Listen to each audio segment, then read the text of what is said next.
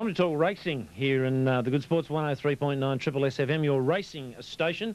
And, of course, you may realise by now that the Chief Executive of the ACT Racing Club, Ray Alexander, has announced his retirement. And he's off to the North Coast, the wonderful town of Port Macquarie, to take up some fishing, I assume. But we've also got Damien Foley in the studio as well. Of course, is his successor, and also our the good-looking, inimitable one and only Paul Langham, of course, the our racing coordinator here at Triple S. But firstly, to you, Ray, congratulations on your retirement. Is that something someone says to you? Congratulations, it's time to take a break? Oh, I think they should, Martin. Yeah, that's the way I'm looking at it anyway. Right, and off to Port Macquarie. Yeah. A bit of fishing and golf. What's the... Yes, yeah, there'll be a bit of both. And I'll go to the races up there. There's a good race club at Port Macquarie. Right. You think it's going to be hard to try and cut your ties, sort of working full-time? Yes, it will be, because I've been involved in racing since, I suppose, 1957 in a working capacity, when I went to the Daily Telegraph as a sporting journalist, and writing mostly about racing in the old Frank Packer days, and so that was good fun. And then I went into racing administration at the AJC in 1973, so I've had a long time in it. So we might find you on the gate at the Port Macquarie races, doing the gates occasionally, sort of volunteer work for Port Macquarie Racing? I think I'd make a good parking attendant, yeah. But, yeah, because it must be hard. I mean, when someone announces their retirement, to sort of say, well, I'm not going to be involved anymore. Especially with something like yourself, who's been involved all your life, as you've just said. It must become more than a job, isn't it? It's a love, it's a relationship. Oh, very much so. Yeah, it's been my life. I've probably dedicated my life to it when I was at the AJC, certainly, even to the detriment of my family, on some occasions, I'd say. Right, OK. Well, we better not interview them then. No doubt, once they hear about you going up there to Port Macquarie, they may ask you to, run for committee or something. Would you consider that, Ray? It could happen. I wouldn't mind some kind of involvement with the club. I'd like to be able to help if I could. Yeah. I'm sure they'd welcome that. I see they're building at the moment. They're probably nearing completion on a big grandstand up there, so that club's going ahead well. Yes, they're opening the grandstand on the 26th of September, so I believe, and I hope to be there for that. You'll be up there by then? Yes. Great, good stuff. You've got all the dates there organised. I think you've got a very nice retirement plan. Port Macquarie, it's a lovely place. Got some great beaches. I know that from surfing up around that area, but passing through on those days. Oh, it's a beautiful place. So why Port Macquarie? Is there any real reason, any links up there previously? I have a couple of good friends there, and we had a small holiday unit that we've used for years near Flynn's Beach, but there's no way I was going to get my wife up there to retire unless I bought a bigger place that had a nice view. So that happened a year or so ago, and so that's the reason, and it's been beckoning over the last year or two. Okay, no, well, all the best with your retirement and that sort of thing. But what's in terms of your racing career? What are some of the highlights that you stand out for you? Achievements, I suppose I'm looking for here away. Yeah, I suppose and going to the AJC, I went just as a public relations manager, and gee, you worked your way up the ranks already. Yeah, so that was an achievement going through. Prior to me, I think the majority of chief executives, secretary managers of the AJC had been ex-army people. So I think I made a breakthrough there. I hope that I made the AJC a more accessible place to participants in the industry and the public at large, and I think that happened. I would like to think I improved overseas international relations for the AJC as well by my attendance at various conferences, both the Asian racing conferences in various venues around Asia, and at the Paris conference, that's the highest conference of world racing, the International Conference of Racing Authorities, where I, on a couple of occasions, delivered papers, and one on drugs in racing, and sat on a panel. So I regard that as a very high recognition in racing. But we had to deal with some very important issues in my time there, notably the fine cotton episode, and I regard that as an enormous distraction, really. It was a matter that had to be dealt with, but it occupied my time enormously when I would have liked to have been devoting my time to the improvement of racing in New South Wales. And Australia in general, but I had to devote myself to the Fine Cotton episode, which occurred shortly after my being appointed as Secretary General Manager of the AJC. Well, you've stated there in terms of the international aspect of racing, because it's something we've really embraced, isn't it? Yes, it is, and we will do more so as with the satellite television coverage of racing, and there are attempts being made to simulcast our racing around the world, and it is being done currently in parts of Asia and in America, but that side of racing will become even bigger and bigger. Yeah, it's something too with, you see horses that can come out now. The quarantine laws have been relaxed to some extent to allow those international horses to come here and compete. So, to use a term, I suppose the world's getting smaller in racing terms. It's far more accessible for horses to travel now. Yes, and it's good to see our horses going abroad to race, competing in Dubai and Japan, and competing very well. A horse such as Better Loosen Up, for instance, yes. winning the Japan Cup was great for Australian racing, and that will happen more and more so. Nothing like a Dana's targeted for the Arc de Triomphe this year. Be great if he could even run well in that race. There have been some other Australian horses running in that race, Strawberry Road, and of course Balmerino from New Zealand, who ran a great race and was badly ridden in the Arc de Triomphe. But I think our horses are capable of competing at that level.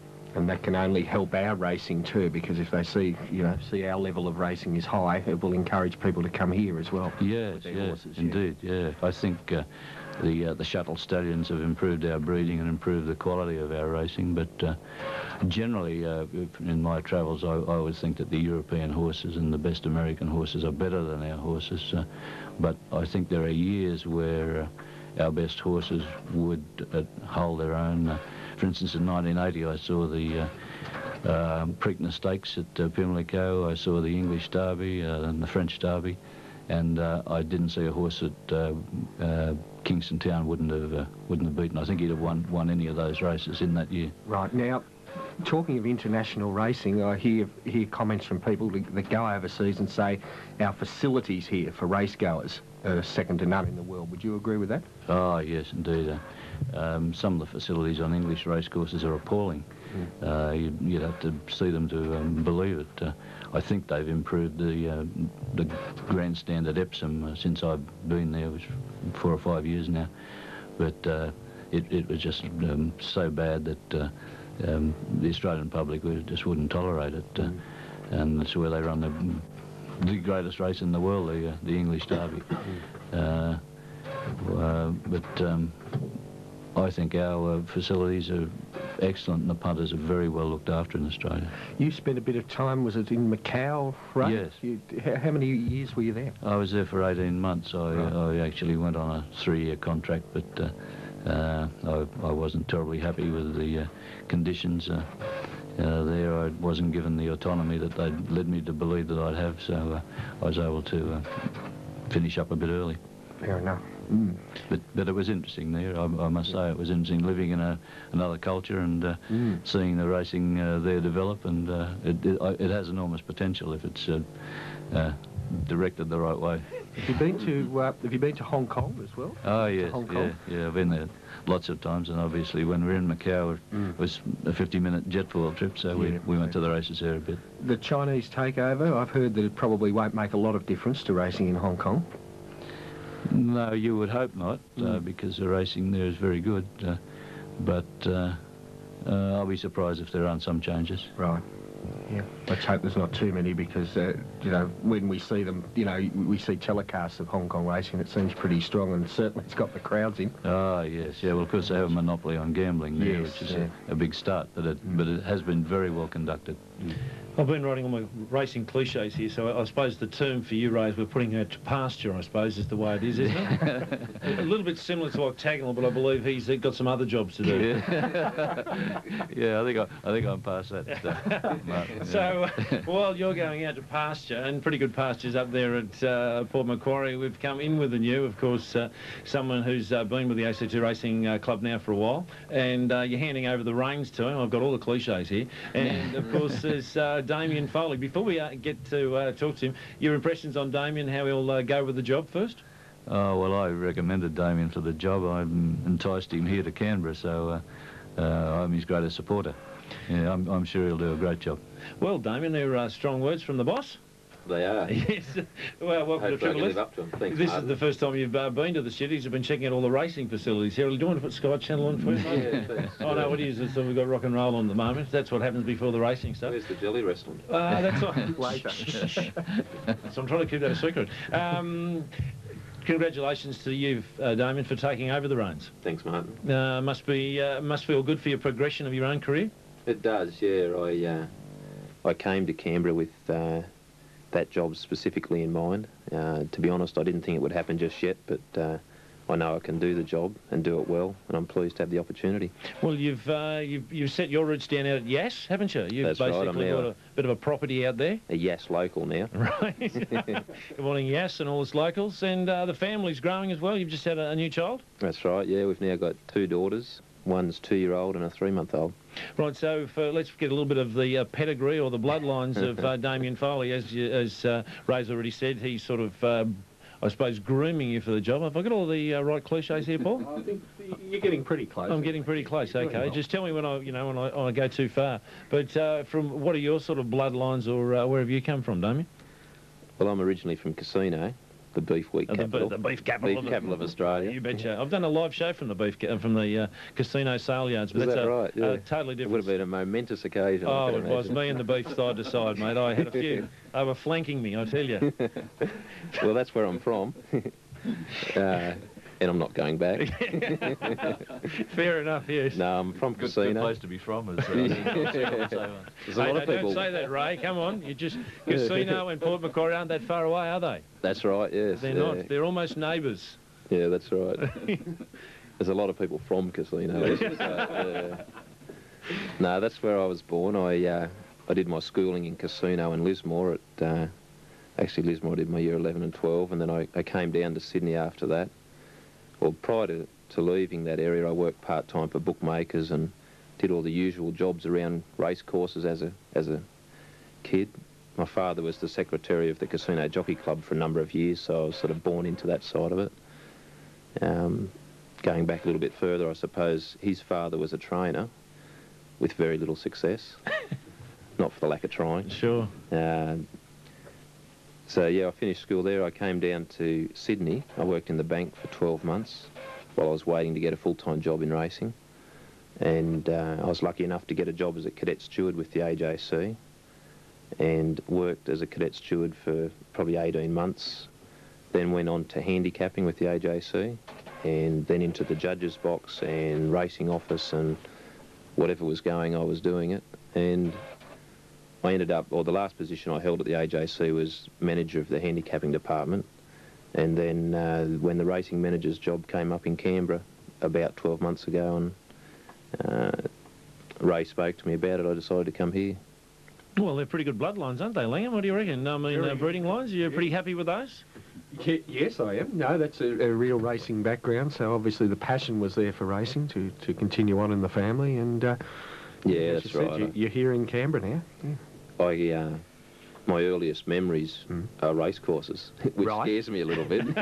Mine are too. My father Yeah. wasn't involved just from a punting point of view. You know, he liked to bet. He still does. He lives in Yeah. Port Macquarie now too. You know? So you'll probably catch up with him at the racetrack. He's a good judge as well. He likes to bet and he likes a game of golf, so you might run into him up there. But They're waiting for approval to move to Casino. yeah, you know, I can relate to that. That's where I can remember in early times going. This was in Victoria, you know, up to little old tracks like Wood End and that on us, you know, and getting out there and watching the horses go round. So I think, yeah, from that age, if you're introduced at that age, it does get into your blood, and you want to continue on with it. Yeah, that's right. It's I think I'm very much like Ray in that while it is a career and a job, it's my greatest interest as well. So I love being involved and really enjoy what I'm doing at the moment, and really looking forward to the challenge of the new job. It's a great thing, isn't it, if you can find a career that's also your interest and something you love doing. I mean, there's probably not a lot of people could say that these days. You know, That's a lot of right, people, I yeah. think, are in jobs because, you know, it brings the money in. But if you can, if you can enjoy what you're doing, it really helps. Makes it very easy to get up and go to Absolutely. work every morning. That's exactly right, yeah. Drive the road from Yass. That's right. Now, you take over the reins 1st of June, I believe? That's right. Okay, so what are the immediate changes you're going to do when Ray's gone? I mean, what are you going to change? Do you want to say it now, or do you want to wait Can till Ray leave the room? No, there's no immediate changes. The biggest challenge in the next 12 months will be preparing the club to take over as a principal club. And Ray's already put in place a lot of the things that we need to establish prior to that commencement date. My job in the next 12 months will be to finalise most of those initiatives and get the club ready for the additional responsibilities. So there won't be any immediate changes, but there'll be a gradual change so that we're ready for that new role. Well, congratulations on the position. The changeover of power, the king is dead along with the king, and it's, I think they use in English terminology, Ray. I don't know if it's a nice cliche, that one at all. I don't know what it means, really. But anyway, Ray, to you, all the best in retirement. I hope your handicap in terms of golf gets lower. And hopefully working on the gate and the car parking attendant at the Port Macquarie Race Club is a lot of enjoyment for you as well. Yeah, thank you, Martin. And you'll miss those Canberra cold mornings, won't you? Those greatly, yeah. Yes. Well, you could work in you could probably get a job as a parking attendant down here occasionally, couldn't you? We've got a vacancy, yeah. Yes, yeah, I think so. I think you do a great job. Yeah. He's got the right credentials. Yeah, I need a dust coat and a pith helmet. Right. That was pith, wasn't it? P-I-T-H. Ray, but all the best in your retirement. And have a great time, and hopefully we'll catch up with you and talk to you again in the future when you're doing some voluntary work with the Port Macquarie Race Club. Yeah, thank you, Martin. Not a problem. And Damien, all the best to you in the future, and of course we'll keep in contact with you. I'm sure we will. We certainly will. And thanks for both of you gentlemen for coming in. Thanks, Martin. Thanks, Martin. And final word, I think, we'll give to the horse this morning, a little bit of humour and find out what the horses think about racing here on the Good Sports. 103.9 Triple S FM. Of course, we've got lotteries coming up and then scratchings and selections. But let's cross over to the horse's point of view.